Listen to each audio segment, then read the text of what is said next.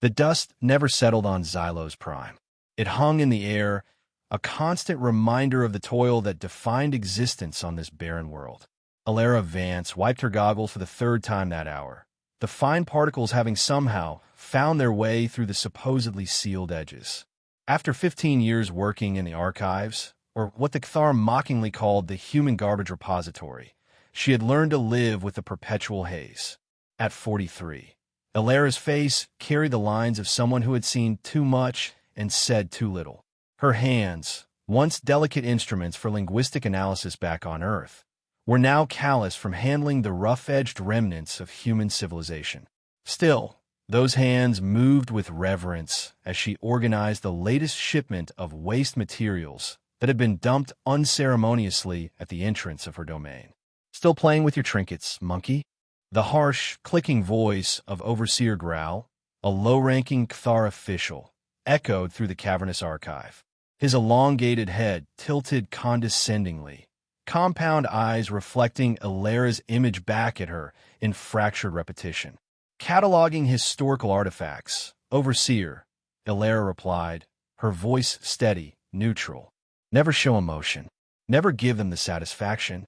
As per Directive 347B. Historical garbage," Growl chittered, a sound that passed for laughter among his kind. "High Commissioner Forlag says your species barely understood basic hygiene when we found you. Your history isn't worth the carbon compounds it's printed on." Alara said nothing. The rage that had once burned hot in her younger years had transformed over time into something colder, more focused. She simply nodded and returned to her work, waiting for Growl to lose interest. When the Overseer finally left, Alara moved to the back of the archive, to a small alcove hidden behind a stack of damaged data cores. Here, she kept her precious collection, fragments of human poetry, tiny sculptures, a child's toy, a tarnished wedding ring. Each item a small act of rebellion, each one technically illegal to possess. She reached for a small device, no larger than her palm, its purpose unknown even to her. The symbols etched on its surface resembled nothing in the Cthar language database, nor any human language she recognized. Yet something about it called to her, like a puzzle waiting to be solved. She'd spent months trying to decode it, sensing that it contained something important. Her contemplation was interrupted by the sound of heavy boots. Hastily concealing the device, she emerged to find Jax, a young miner with a perpetual scowl, leaning against a shelf. "They're doing it again," he said without preamble, his voice a harsh whisper. Forlags announced another one of those festivals. Tomorrow, Alara's stomach tightened. The Festival of Inferior Culture was the Cthar's idea of entertainment, a grotesque mockery of human customs, history, and appearance, distorted beyond recognition and performed for the amusement of Cthar elites. The last one had ended with the public humiliation of 3 elderly colonists, forced to crawl on all fours while being pelted with waste. "It's worse this time," Jax continued, his knuckles white as he gripped the edge of shelf. "They're saying Forlag himself is bringing some kind of ancient human artifact to destroy as the finale." Cold dread settled in Alara's chest. Many of the truly significant human artifacts had already been destroyed in the centuries since Earth fell. Each loss was like a light going out, another connection to their true history severed. "We can't stop it," she said finally, the words bitter on her tongue. "So we just watch?" Again, Jax's voice cracked slightly, betraying his youth. At 26, he'd been born on Xylo's prime, never seeing Earth except in the heavily censored educational materials provided by the Cthar. His anger was raw, undirected, dangerous. "We survive," Alara replied, meeting his gaze firmly. "We remember. We wait." Jax pushed away from the shelf with a disgusted grunt. "We've been waiting for 5 centuries. How much longer, Alara?" She had no answer for him as he stormed out. That night, in her cramped quarters, Alara dreamed of Earth. Not as she had known it, but as it had been described in the fragmented text she had managed to preserve. Gleaming cities, vast oceans, technologies that rivaled or even surpassed those of the Cthar. In her dreams, humans stood tall, unbroken, their dignity intact. She woke to the harsh buzzing of the work summons, the dream dissolving into the gray reality of Xylo's prime. The festival was everything Jax had warned it would be, and worse. In the central plaza of the mining colony, nearly all of the human population, some 4,000 souls, had been assembled to witness the spectacle. They stood in silence, faces carefully blank, as Kthar performers pranced about in crude imitations of human movement, their voices raised in mocking approximations of human speech. On an elevated platform, High Commissioner Forlag presided over the event. Unlike the lower-ranking Kthar, Forlag was imposing in his size and in the elaborate quality of his exoskeletal adornments. His carapace gleamed with inlaid precious metals, and the ceremonial cloak he wore was made from materials that shimmered with an unnatural light. Alara stood in the back, trying to make herself inconspicuous. Beside her, she could feel Jax trembling with barely suppressed rage. "Look at him," Jax whispered, "sitting there like some kind of god. I'd like to—" Alara cut him off. "Don't give them an excuse." The entertainment continued for nearly 2 hours, crude reenactments of human rituals, all twisted to emphasize themes of stupidity, primitiveness, and inferiority. A Kthar comedian delivered a monologue about the evolutionary deficiencies of humans, to uproarious laughter from the Kthar audience. And then came the moment Alara had been dreading. Forlag rose from his seat, mandibles clicking in anticipation. Esteemed members of the Alliance, his translator device projected in the common language, we have a special conclusion to our celebrations today. He gestured, and 2 Kthar guards approached, carrying between them a small pedestal. On top of the pedestal sat a book. Even from a distance, Alara could see it was ancient, bound in what appeared to be actual leather, its pages yellowed with age. A real, physical book from Earth. This primitive information storage device, Forlag continued, was recently discovered in a hidden compartment during the demolition of an old human-dwelling sector. The monkey who tried to hide it has been appropriately disciplined. A chill ran through Alara. Disciplined could mean anything from imprisonment to execution. Our experts have determined that this contains what the humans called poetry, a primitive form of emotional expression that they believed had value. Laughter rippled through the Kthar audience. Before we consign it to the recycling processors, would any human like to explain the significance of this object? The question was a trap. To speak up would be to admit sentiment for human culture, a punishable offense. Yet to remain silent felt like betrayal. Before she could stop herself, Alara found her hand raising. Beside her, Jax hissed a warning, but it was too late. Forlag's compound eyes had already fixed on her. "Ah, the archivist," Forlag's translator conveyed a tone of amused contempt. "Come forward, then." The crowd of humans parted as Alara walked to the platform, her heart hammering in her chest. She climbed the steps slowly, feeling the weight of thousands of eyes upon her. "You work with human garbage every day," Forlag said, his actual voice a series of clicks and chirps behind the mechanical translation. "Tell us what makes this particular piece of garbage special." Alara looked at the book, now close enough to read its cover. Collected Works of Earth Poets, 2050 to 2100 edition. Her throat tightened. "Poetry," she began, choosing her words carefully, "was one way humans preserved experiences and emotions for future generations. It helped us understand each other better. And what good did this understanding do you?" Forlag's mandibles clacked in amusement. "Did it stop us from conquering your pathetic armies? Did it save your homeworld?" "No," Alara admitted, her eyes fixed on the book. "But it reminds us who we were, who we are, who you are," Forlag repeated, his translator conveying mocking incredulity. "You are labor units, resource consumers, genetic material at the bottom of a vastly superior hierarchy."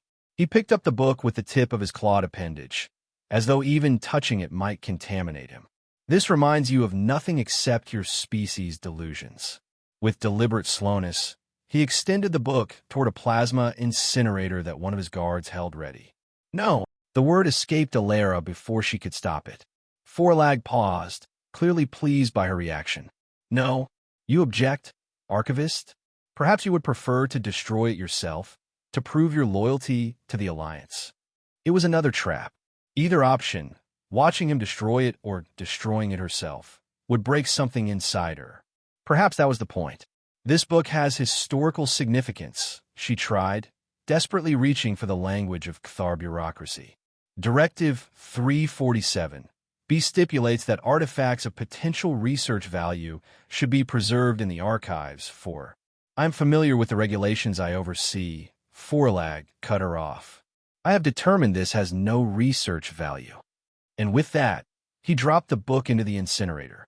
There was a brief, intense flare of light, and then nothing remained but a wisp of smoke and ash. Something broke inside Alara in that moment. Not loudly, not violently, but definitively like a support beam, giving way after years of pressure. In the 5 centuries since the fall of Earth, the Cathar had systematically erased human history, human dignity, human worth. They had reduced humanity to a punchline, a servile species to be exploited and mocked. As she stood there, ash settling on the platform around her, a single thought crystallized with perfect clarity: no more. Forlag must have seen something change in her expression, because he took a step back, mandibles clicking rapidly. "You are dismissed, archivist," he said, his translator suddenly flat and businesslike. "Return to your station." Alara nodded, not trusting herself to speak. She descended the platform with measured steps, rejoined the human crowd, and stood in silence as the festival was formally concluded. As the crowd dispersed, Jax found her again, his expression a mix of concern and confusion. "What happened up there?" he asked quietly. "For a second, I thought you were going to attack him."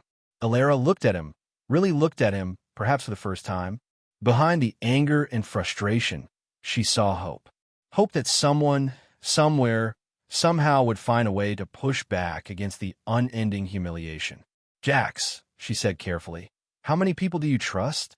"People who feel. Like you do." He blinked, surprised by the question. "Maybe a dozen." "What?" "Bring them to the archives tonight, after final shift. Use the maintenance tunnel entrance." "Alara, what are you?" "Just bring them," she interrupted. "It's time we remembered who we really are." That night, as the dim lights of Xylos Prime's human quarter powered down for the mandated rest period, 14 people gathered in the shadowy depths of the archives. They were a cross-section of the colony. Miners like Jax, technicians, a medical assistant, even a low-level administrator who worked directly with Cathar officials. They watched nervously as Alara sealed the entrance and activated a small device that would scramble any surveillance signals. "What you're doing is already illegal," she told them bluntly. "If you want to leave now, I won't think less of you." No one moved. Alara nodded and led them deeper into the archives, past the organized sections and into the chaotic storage areas where crates of unprocessed materials were haphazardly stacked. She navigated the maze with confidence until they reached a large metal container that seemed unremarkable among dozens of similar ones.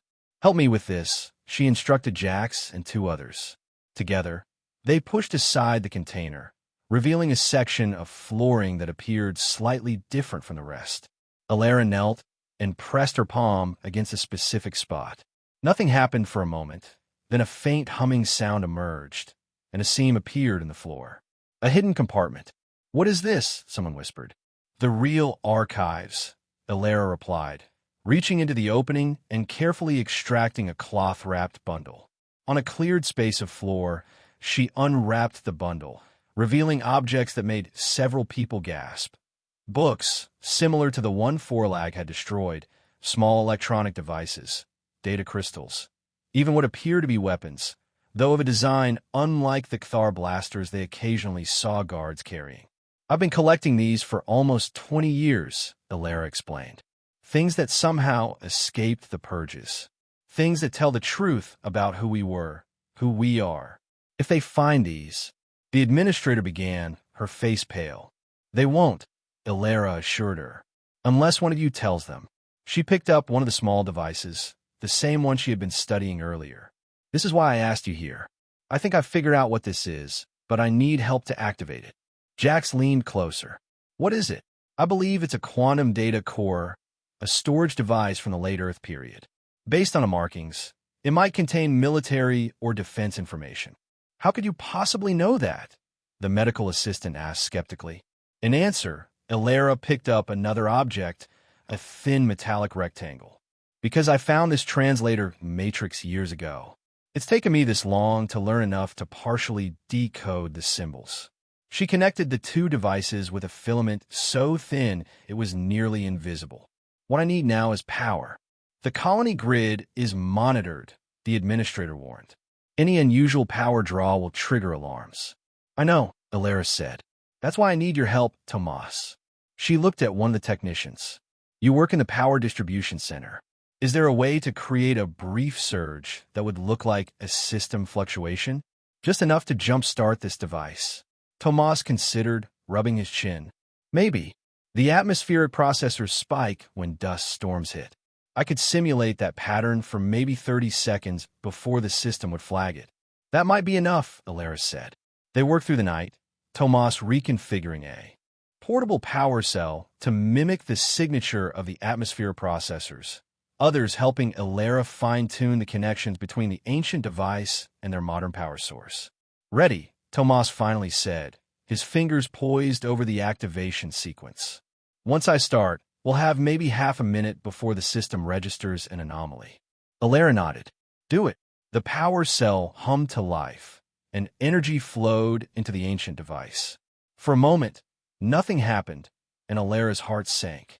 Then, a soft blue light began to emanate from its surface, pulsing gently. It's working, she breathed.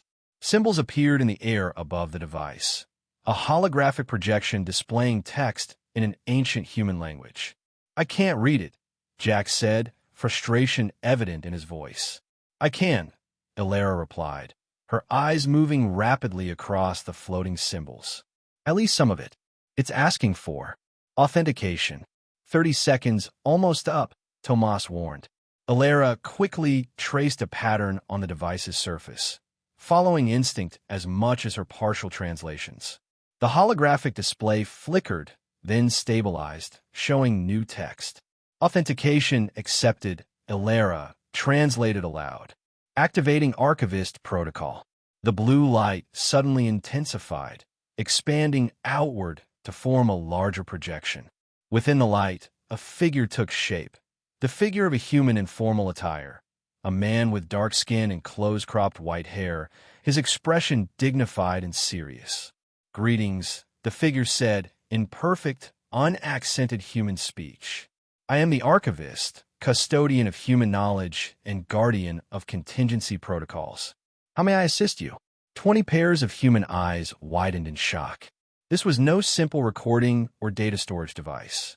This was an artificial intelligence, a technology the Cthar had claimed humans had never mastered. Power's about to cut, Tomas hissed urgently. Archivist, Elara said quickly.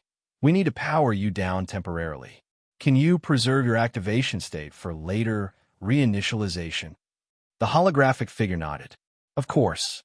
I detect you're using inadequate power sources. I can enter conservation mode and activate only when energy is available. I will await your signal. The blue light contracted, returning to a soft glow within the device just as Tomas cut the power. For a moment, the gathering was silent, processing what they had just witnessed. That was an AI, the administrator finally said, her voice barely above a whisper. A human-created AI. The Cthar told us we never developed that technology. The Cthar have told us many things, Elara replied, carefully wrapping the device, now known as the archivist, back in its protective cloth. I suspect most of them are lies. What now? Jax asked, his earlier belligerence replaced by something new, something that looked remarkably like hope. Elara looked around at the circle of faces, seeing in them the same revelation that had struck her at the festival. The same unspoken question. For how long would they allow themselves to be mocked, humiliated, erased? Now, she said quietly, we start remembering. And then we start resisting. In the days that followed, their group, which quickly named itself Remembrance, established a secure routine. They would meet in rotating locations, always in small numbers to avoid detection. Using salvaged and repurposed technology, they created a small, shielded power source that could safely activate the archivist for brief periods. And what they learned changed everything. The archivist contained not just data, but the collective knowledge of human civilization at its peak, a peak far higher than anything the Cthar had ever acknowledged. It spoke of vast fleets of starships, of technological achievements that rivaled anything the Alliance currently possessed, of defensive systems that had actually repelled the first Cthar incursions before being overwhelmed by sheer numbers. Why didn't any of this survive? Jax demanded during one session. If we were so advanced, how do we fall so completely? The first protocol of conquest, the Archivist's holographic form explained. Cthar military doctrine dictated the complete destruction of all advanced technology belonging to any species they deemed a potential future threat. In humanity's case, they were especially thorough, destroying not just the technology itself, but all records of its existence, and implementing a comprehensive program of historical revisionism among survivors. They made us forget who we were, Alaris said softly. Correct, the archivist confirmed. Over generations, with controlled education and constant reinforcement, the true extent of human achievement was deliberately erased from collective memory. But the Cthar hadn't been completely thorough. The archivist revealed the existence of hidden caches of technology and information scattered throughout former human territories, emergency reserves created in the final days of the war, their locations encoded in such a way that only specific activation sequences could reveal them. Can you tell us where these caches are? Alara asked. I can do better, the archivist replied. I can provide access protocols, but to utilize them effectively, you would need a quantum-capable transmitter. The group's euphoria dimmed somewhat at this. Such technology was tightly controlled by the Cthar, inaccessible to humans. There may be another way, a quiet voice said. All heads turned to look at the speaker, a slender, gray-skinned figure who had entered the room silently. Several people reached for makeshift weapons, but Alara raised a hand to stop them. Dr. Eris Thorne, she said, recognizing the Xylosian scientist she occasionally interacted with in her official capacity. How did you find us? I followed the power fluctuations, Eris replied, his large, dark eyes blinking slowly. They were subtle, but I have been watching for anomalies. Are you here to report us? Jax challenged, still gripping a metal rod. Eris's lipless mouth curved in what might have been a smile. If that were my intention, Cthar enforcers would already be here. He moved further into the room, examining the archivist with obvious fascination. I am here because, like you, my people live under the boot of the Cthar. They conquered the Xylosian collective 300 years before they found Earth. We too were diminished in their histories. You want to help us? Alara asked, skepticism evident in her voice. I want to help all subjugated species, Eris corrected. And this, he gestured at the archivist, may be the key. I have access to communications technology that could amplify your AI's signal. Why would you risk yourself for us? The administrator questioned. Eris's expression grew solemn. Because I have seen what becomes of those who accept their place in the Cthar hierarchy. My people were the first to surrender, the first to accept the narrative of our inferiority. Now we are little more than servants, having forgotten our own greatness. His gaze met Alaris. I do not wish to see humanity follow the same path to extinction. After much debate, the group decided to trust Eris. The Xylosian provided them with access codes to communications equipment and helped them establish a secure channel through which the archivist could scan for remnants of human technology. Their first discovery came 3 weeks later, a small automated outpost hidden in an asteroid belt on the edge of the Xylos system. The outpost's defenses were still operational, recognizing the archivist signals and allowing their retrofitted shuttle to approach. Inside, they found weapons. Not many, but enough to arm a small resistance group. More importantly, they found a functional transmitter capable of reaching deeper into space to contact other hidden caches. This is just the beginning, Alara told the group as they cataloged their findings. The archivist says there are larger facilities, some with ships and advanced defensive systems. We can't launch a war against the entire Cthar Alliance, the administrator, whose name was Maya, pointed out. Even with better technology, we're outnumbered billions to one. We don't need to defeat them militarily, Ilera replied. We need to break their narrative, show the truth, not just to humans, but to all the species they've conquered and lied to. And how do we do that? Jax asked. Ilera's gaze hardened. We start by hitting them where it hurts, their propaganda systems. If they can broadcast their lies, we can broadcast the truth. Their first act of open resistance was small, but symbolic.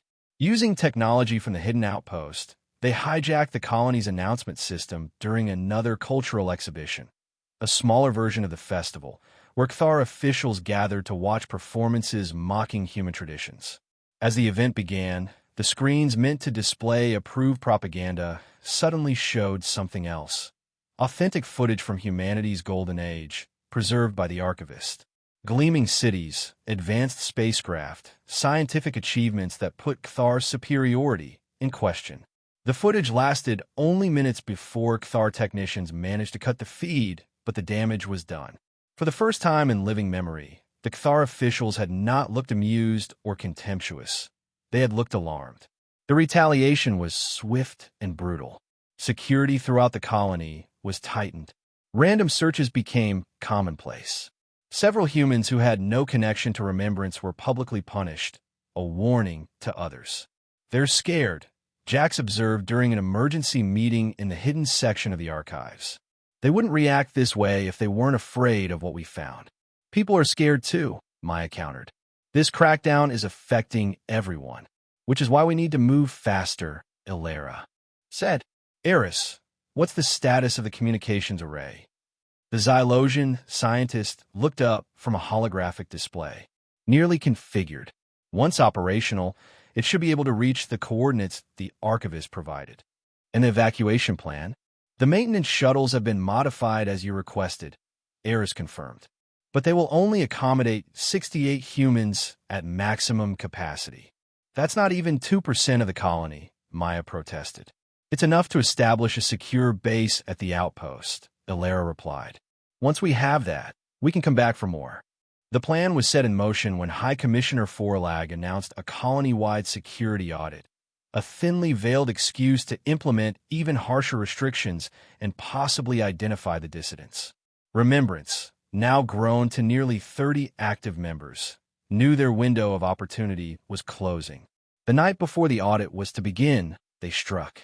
The modified communications array broadcast the archivist's signal to the furthest reaches of the system, activating dormant human technology. At the same time, Remembrance members spread throughout the colony, quietly gathering those who had been selected for the first evacuation, mostly children, technical specialists, and those most at risk of Cthar reprisal.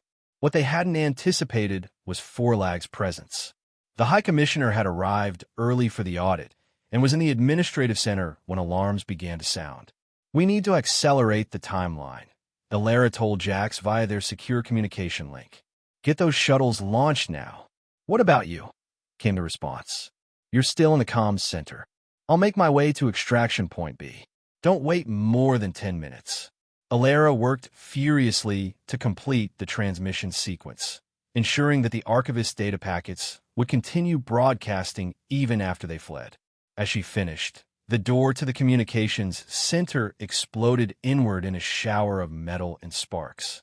High Commissioner Forlag stood in the destroyed doorway, his imposing form backlit by emergency lighting. Behind him, Cthar's security forces assembled, weapons ready. Archivist Vance. His translator rendered his clicking speech with artificial calmness. I must admit some surprise. You always seem so resigned to your place. Ilera straightened, facing him directly. Fear coursed through her, but alongside it was something else, a fierce satisfaction that they had finally provoked such a response. I was never resigned, Commissioner. I was remembering. Forlag advanced into the room, mandibles working in what Ilera had learned to recognize as agitation. Remembering fantasies, delusions of past greatness. Not fantasies, Ilera countered, subtly positioning herself to block his view of the still-active transmission console. Truth. Your alliance has lied for centuries, not just to us, but to every species you've conquered. You've rewritten history to maintain your position. We have maintained order. Forlag's translator couldn't fully convey the emotion behind his clicks, but his posture conveyed rage. Without the hierarchy, without clear understanding of each species' proper place, there would be chaos. There will be chaos anyway, Ilera replied. Starting now. She pressed a final command on the console. Throughout the facility, and indeed throughout the colony, systems began to shut down. Life support switching to emergency backups, communication networks going dark, security doors locking or unlocking seemingly at random. What have you done? Forlag demanded, his security forces looking around in confusion as their equipment malfunctioned. Introduced your systems to a very old human concept, Ilera said, a grim smile forming. The computer virus, written by the archivist, specifically designed to target Cthar operational protocols. The lights flickered, and in that moment of distraction, Ilera made her move. She dove for the secondary exit, a maintenance hatch that Remembrance had carefully prepared. She almost made it.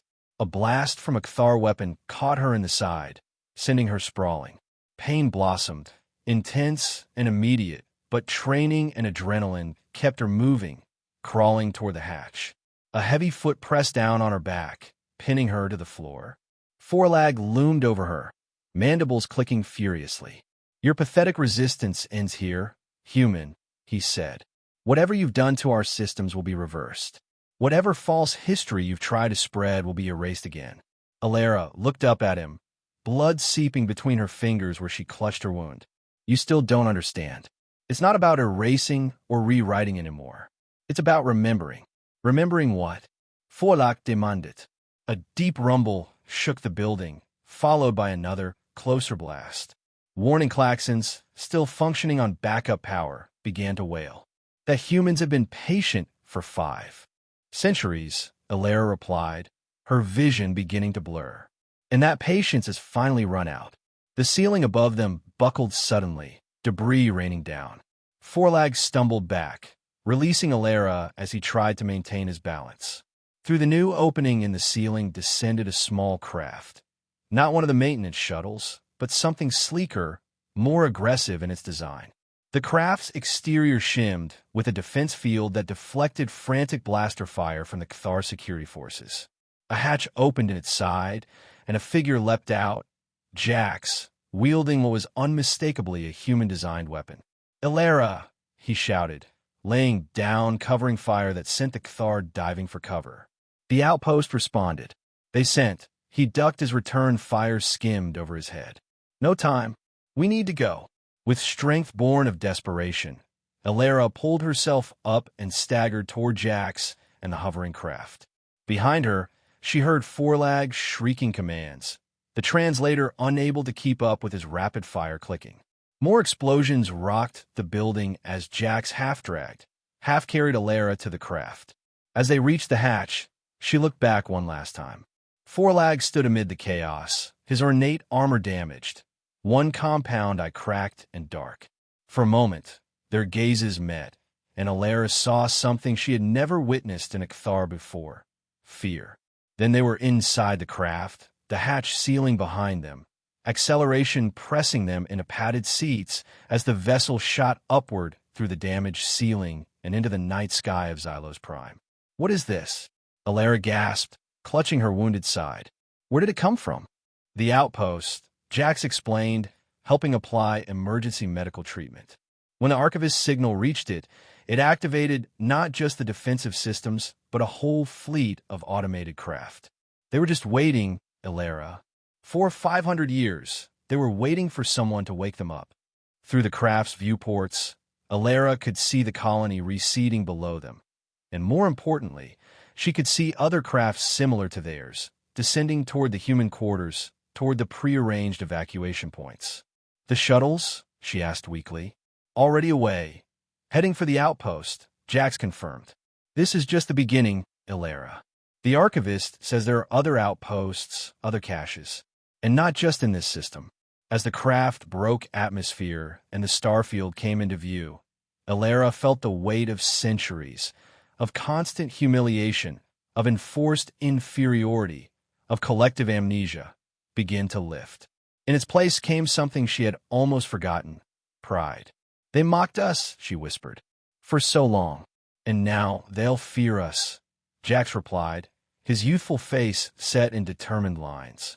Alara shook her head slightly. "Not fear. Respect. That's what we're fighting for. The right to be remembered as we truly were. The right to become what we should be."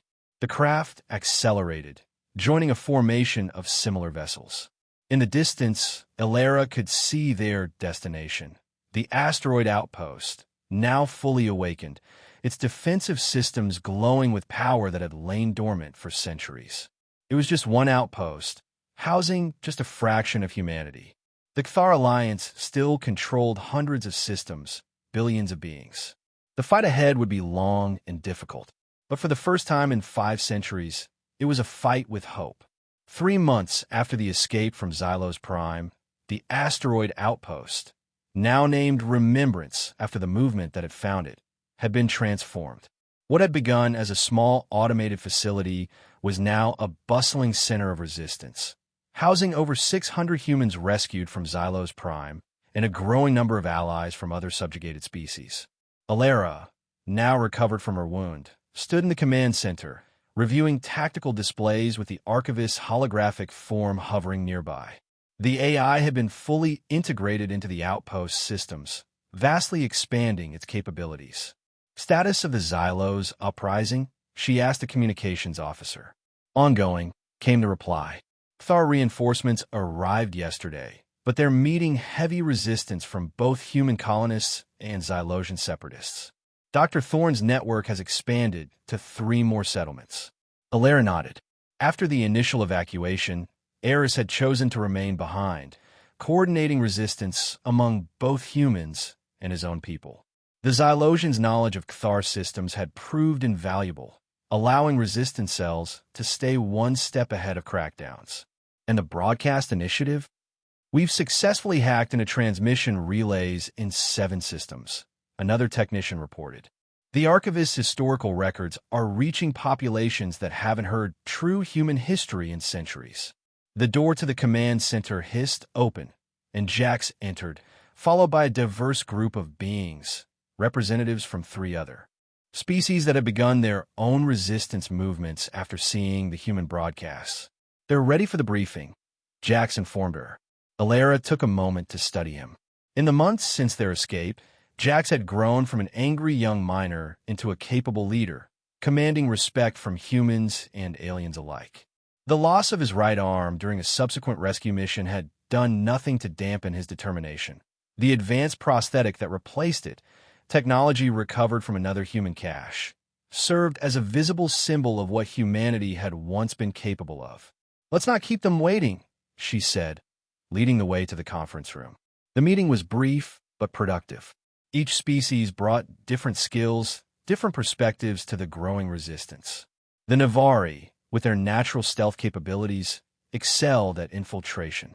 The Thexians, despite their fragile physical forms, were unparalleled system hackers. And the Drav, a species of natural miners, had begun sabotaging Kthar resource extraction operations throughout the sector. As the representatives filed out, Jax remained behind with Alara. "You know Forlag's back in command of the sector," he said without preamble. "The Kthar High Council sent him with a special mandate to crush the human insurrection at any cost." "I'm not surprised," Alara replied. "He has a personal stake now. We humiliated him. Intelligence suggests he's established his command center on the orbital platform above Xylos Prime. Maximum security, constantly moving within the station to avoid becoming a target." Alara studied the tactical display, zooming in on the massive Kthar space station that served as the administrative hub for the entire sector. "And Dr. Thorne believes the primary communication node is on that station?" Jax nodded. "If we could capture it, even temporarily, we could broadcast the Archivist's data to every system in the sector simultaneously. No more piece-by-piece hacking, no more limited-range transmissions." It would be a suicide mission, Ilera observed quietly. Maybe not, Jax countered. The Archivist has completed analysis of those deep cache weapons we recovered last week.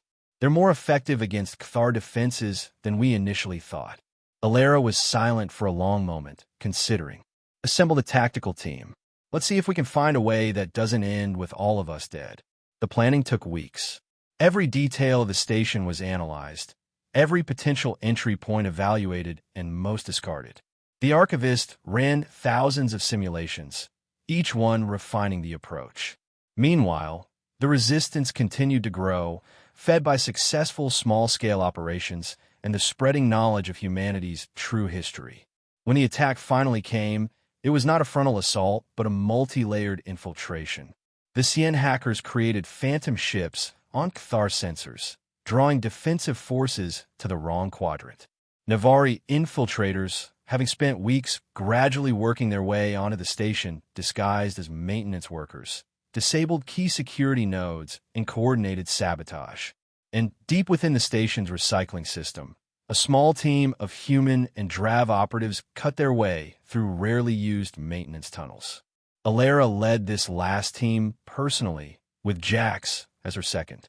Each member carried advanced weaponry recovered from human caches, technology the Cthar had believed lost forever. Security breach in Section 42. The Cthar announcement echoed through the corridors as they approached the communications center. All personnel to defensive positions. That's 2 sections away, Jax noted. The diversion is working. Ilera checked the scanner built into her tactical gear. 4 guards at the entrance to the comms center. Standard armament. I'll take point, Jax said, activating his prosthetic arm shield function, a glowing field of energy that could deflect Cthar blaster fire. They moved quickly and efficiently, years of planning and smaller operations having forged them into a cohesive unit. The Cthar guards, expecting attacks from outside, not from within their secure perimeter, fell quickly to precision fire. Inside the communications center, technicians scattered as the Resistance team burst in. Within minutes, they had secured the room, locked down the entrances, and begun the process of connecting the Archivist data core to the station's transmission system. "We're live in 30 seconds, one of the human technicians announced. "Reinforcements incoming," another team member warned, monitoring security feeds. "At least 20 Cthar heavies fully armed." "Hold them as long as you can," Ilera ordered. "Once the transmission begins, it can't be stopped." Jax positioned himself at the main entrance with half the team, weapons ready. Ilera stayed by the transmission console, ensuring the Archivist data flow remained stable. 15 seconds to full. Broadcast, the technician counted down. The first explosion rocked the reinforced doors, buckling them inward slightly. 10 seconds. Another explosion, stronger. The doors held, but barely. 5 seconds. "Ilera," Jax called, his voice urgent. "We got another problem." She looked up to see a secondary entrance, a maintenance access they had thought secure, beginning to open. Through the widening gap, she could see the distinctive form of High Commissioner Forlag, personally leading a flanking attack. "Broadcast initiated," the technician announced as the doors on the main entrance finally gave way. Chaos erupted as Cthar forces poured in from both entrances. The Resistance team fought valiantly, their advanced weapons creating a momentary stalemate. But they were outnumbered, and the Cthar were fighting with the desperation of those who sensed their control slipping away. Ilera found herself face to face with Forlag for the second time. The High Commissioner had clearly been repaired since their last encounter. His previously damaged eye gleamed with an artificial replacement. "You should have stayed hidden in your little asteroid, human," Forlag's translator rendered his clicks into cold fury. "Now I will finish what I should have done months ago." He raised a weapon, not a standard blaster, but something larger, more ominous. Ilera dove for cover as it discharged, the energy blast vaporizing the console she had been standing before. "It doesn't matter," she called out, drawing his fire away from the transmission equipment. "The broadcast has already begun. Across the sector, people are learning the truth about your so-called alliance." "Truth," Forlag advanced, firing again, forcing Alara to roll to new cover. Your species has always been delusional, always believing yourselves more significant than you are. Across the room, Alara saw Jax engaged in fierce combat, his prosthetic shield flickering as it absorbed repeated hits. The rest of her team was similarly embattled, gradually being pushed back by superior numbers. "We don't claim to be superior," Alara replied, firing back at Forlag and scoring a glancing hit on his armored carapace. "Just equal, worthy of dignity, worthy of remembering our own history. History is written by the victors," Forlag declared, continuing his advance. "And the Cathar Alliance has been victorious for millennia."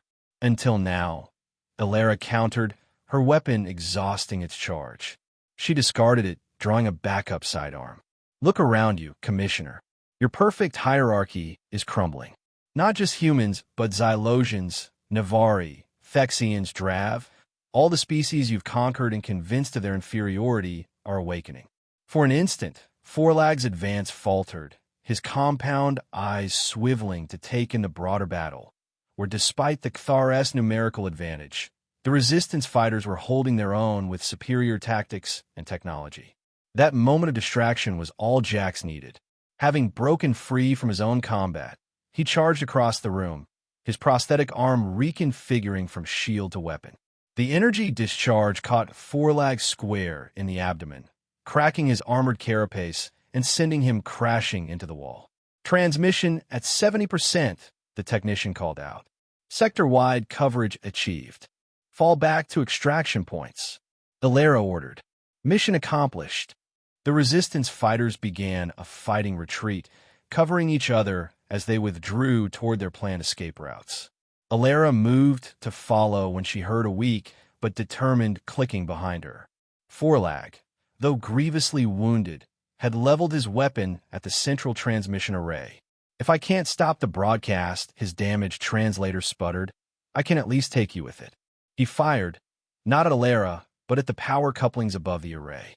The resulting explosion sent cascading energy surges through the system, turning the communications center into a death trap of electrical discharges and structural collapse.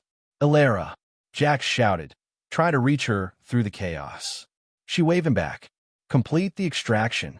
That's an order." The ceiling was coming down in sections, and fires had broken out across the room. Between her and the exit stood Forlag, still somehow functioning despite his injuries, his weapon trained on the path to safety. In that moment, Alara made her choice. Instead of trying to escape past Forlag, she charged straight at him, tackling the wounded Cthar with all her strength. Together, they crashed through a damaged section of flooring, plummeting to a lower level of the station as the communications center collapsed behind them. The fall was mercifully short, ending in a tangle of limbs on a maintenance deck. Alara rolled away from Forlag, her body screaming with pain from both the explosion and the impact. The Cthar commissioner lay, unmoving, several meters away, his exoskeleton cracked open in multiple places, ichor leaking onto the deck. To her surprise, he was still alive. His mandibles moved weakly, but his translator had been destroyed in the fall. Alara dragged herself to her feet, wincing at what felt like several broken ribs. The maintenance level was surprisingly intact, emergency lighting casting everything in a dim red glow. In the distance, she could hear alarms and the sounds of continuing combat. She approached Forlag cautiously, her sidearm trained on him despite his obviously critical condition. The Cthar's compound eyes focused on her with difficulty. One mandible-like appendage shakily pointed to her weapon, then to himself, a universal gesture asking for a mercy kill. Alara considered it for a long moment. This being had personally overseen decades of humiliation and oppression. He had delighted in breaking human spirits, in reinforcing their supposed inferiority. He represented everything the resistance was fighting against. She lowered her weapon. "No," she said simply. "You don't get to escape what's coming." With tremendous effort, she began to make her way toward the nearest emergency access, following the evacuation plan that had been drilled into every member of the assault team. Behind her, She left Forlag dying slowly, a symbolic end to centuries of Cathar dominance. The extraction was chaotic, but ultimately successful. Of the 28 resistance fighters who had infiltrated the station, 22 made it back to their disguised transport vessels. Alara, despite her injuries, was among them, pulled to safety at the last moment by a joint team of humans and Navari who had refused to leave without her. As their ships accelerated away from the station, now in complete disarray with internal systems failing and defensive capabilities compromised, the true impact of their mission became apparent. On every communication channel, on every world in the sector, the Archivist data was broadcasting without interruption. The true history of humanity, the documented lies of the Cathar Alliance, and evidence of the advanced technology that humans had once wielded. But more importantly, the broadcast included a message to all subjugated species. You are not inferior. You are not always conquered. You can choose to remember, and in remembering, find the strength to stand again. 6 months later, Alara stood on the observation deck of Remembrance Outpost, which had grown from a single asteroid facility to a sprawling complex spanning several connected asteroids.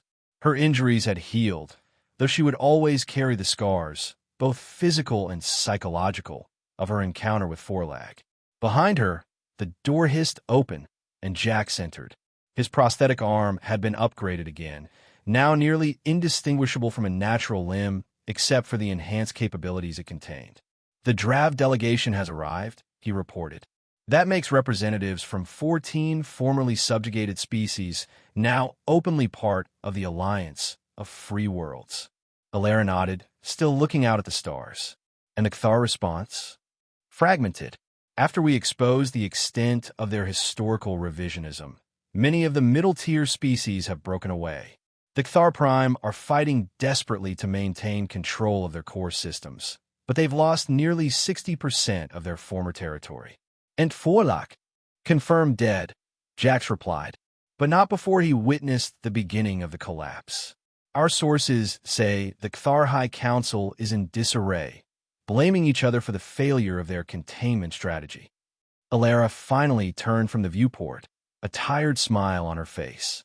The Archivist has completed its sector-wide scan. It's found 3 more major human outposts, all still in standby mode. One of them appears to be a full military installation with shipbuilding capabilities. So we're just getting started, Jax observed. The fighting, yes, Alara agreed. But something more important has already been accomplished.